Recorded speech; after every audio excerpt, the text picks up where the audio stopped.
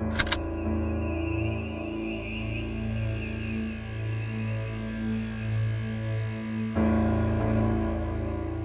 first met in person with Mary E. in the summer of 2007. I had arranged with her husband of 15 years, Terence, to see her for an interview.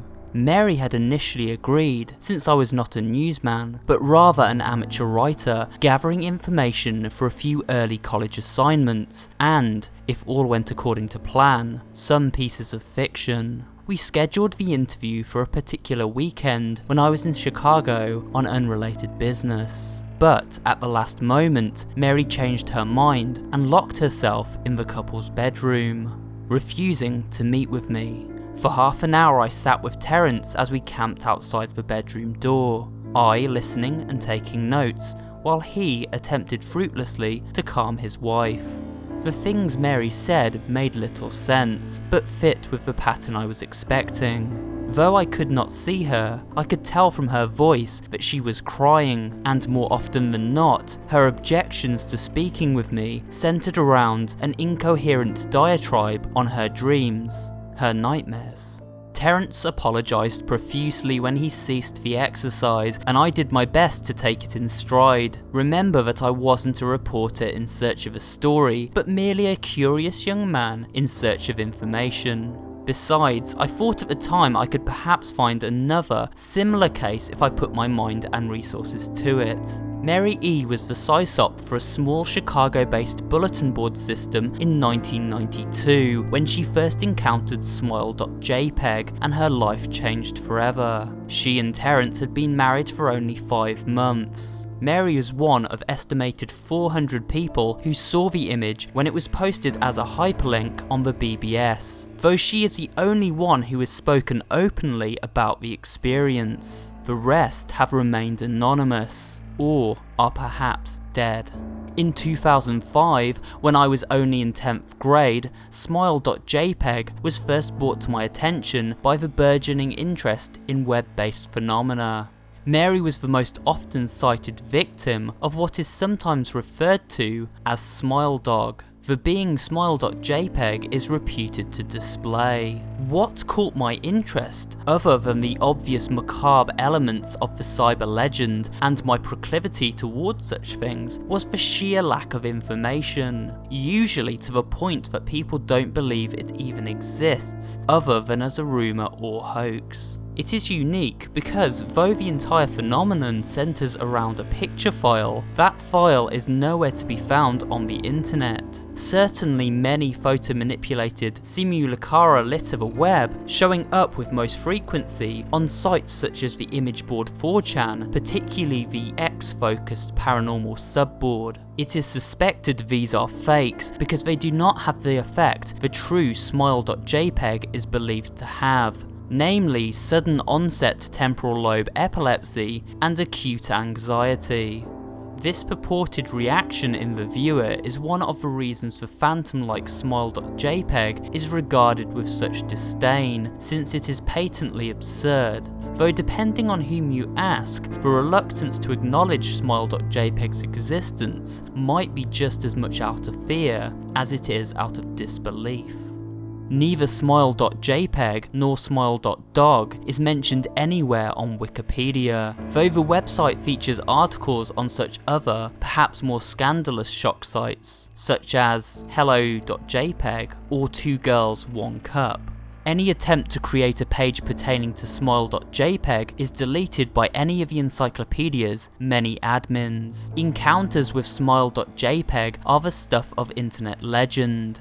Mary E.'s story is not unique. There are unverified rumours of smile.jpg showing up in the early days of Usenet, and even one persistent tale that, in 2002, a hacker flooded the forums of humour and satire website Something Awful with a deluge of smile.dog pictures, rendering almost half the forum's users at the time epileptic. It is also said in the mid to late 90s that smile.jpg circulated on Usenet and as an attachment of a chain email with the subject line, "Smile, God loves you." Yet, despite the huge exposure these stunts would generate, there are very few people who admit to having experienced any of them, and no trace of the file or any link has been discovered. Those who claim to have seen smile.jpg often weakly joke that they were far too busy to save a copy of the picture to their hard drive. However, all alleged victims offer the same description of the photo. A dog-like creature, usually described as appearing similar to a Siberian husky, illuminated by the flash of a camera, sits in a dim room, the only background detail that is visible being a human hand extending from the darkness near the left side of the frame. The hand is empty, but is usually described as beckoning. Of course, most attention is given to the dog or dog creature, as some victims are more certain than others about what they claim to have seen. The muzzle of the beast is reportedly split in a wide grin, revealing 2 rows of very white, very straight, very sharp, very human-looking teeth. This is, of course, not a description given immediately after viewing the picture, but rather a recollection of the victims who claim to have seen the picture endlessly repeated in their mind's eye during the time they are, in reality, having epileptic fits. These fits are reported to continue indefinitely, often while the victims sleep, resulting in very vivid and disturbing nightmares. These may be treated with medication, though in some cases it is more effective than others. Mary E, I assume, was not on the effective medication. That was why after my visit to her apartment in 2007, I sent out feelers to several folklore and urban legend orientated news groups, websites and mailing lists, hoping to find the name of a supposed victim of smile.jpg who felt more interested in talking about his experiences. For a long time nothing happened, and at length I forgot completely about my pursuits, since I had begun my freshman year at college and was quite busy. Mary contacted me via email, however, near the beginning of March 2008. This is the email I received from Mary. Subject: last summer's interview. Dear Mr. L, I'm incredibly sorry about my behaviour last summer when you came to interview me. I hope you understand that it was no fault of yours, but rather my own problems that led me to act out as I did. I realise that I could have handled the situation more decorously, however I hope you will forgive me. At the time, I was afraid. You see, for 15 years I have been haunted by smile.jpg. Smile.dog comes to me in my sleep every night. I know that sounds silly, but it is true. There is an ineffable quality about my dreams, my nightmares, that makes them completely unlike any real dreams I have ever had. I do not move and do not speak. I simply look ahead, and the only thing ahead of me is the scene from that horrible picture. I see the beckoning hand, and I see smile.dog. It talks to me. It is not a dog, of course, though I am not quite sure what it really is. It tells me it will leave me alone if only I do as it asks. All I must do, it says, is spread the word. That is how it phrases its demands, and I know exactly what it means. It wants me to show it to someone else. And I could. The week after my incident, I received in the mail a manila envelope with no return address. Inside was only a 3.5-inch floppy diskette. Without having to check, I knew precisely what was on it. I thought for a long time about my options. I could show it to a stranger, a co-worker. I could even show it to Terence, as much as that idea disgusted me. And what would happen then? Well, if smile.dog kept its word, I could sleep. Yet if it lied, what would I do? And who was to say something worse would not come for me if I did as the creature asked? So I did nothing for 15 years. Though I kept the diskette hidden amongst my things. Every night for 15 years, smile.dog has come to me in my sleep and demanded I spread the word. For 15 years I have stood strong. Though there have been hard times, many of my fellow victims on the BBS board where I first encountered smile.jpg have stopped posting. I heard some of them committed suicide.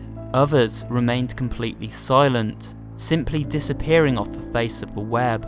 They are the ones I worry about the most. I sincerely hope you forgive me, Mr. L. But last summer when you contacted me and my husband about an interview, I was near the breaking point. I decided I was going to give you the floppy diskette. I did not care if smile.dog was lying or not. I wanted it to end. You were a stranger, someone I had no connection with, and I thought I would not feel sorrow when you took the diskette as part of your research and sealed your fate. Before you arrived, I realised what I was doing. I was plotting to ruin your life. I could not stand the thought, and in fact I still cannot. I am ashamed, Mr. L, and I hope that this warning will dissuade you from further investigation of smile.jpg. You may in time encounter someone who is, if not weaker than I, then wholly more depraved. Someone who will not hesitate to follow smile.dog's orders. Stop while you are still whole. Sincerely, Mary E.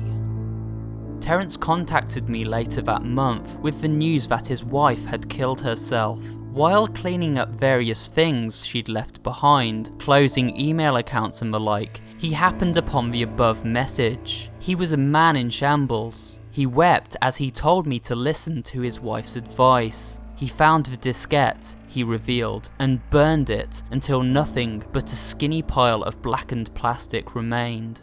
The part that most disturbed him, however, was how the diskette had hissed as it melted, like some sort of animal, he said.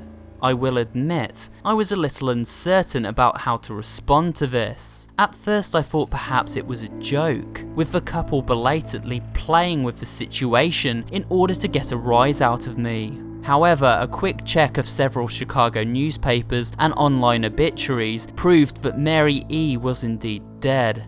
There was, of course, no mention of suicide in the article. I decided that, for a time at least, I would not further pursue the subject of smile.jpg, especially since I had finals coming up at the end of May. But the world has odd ways of testing us.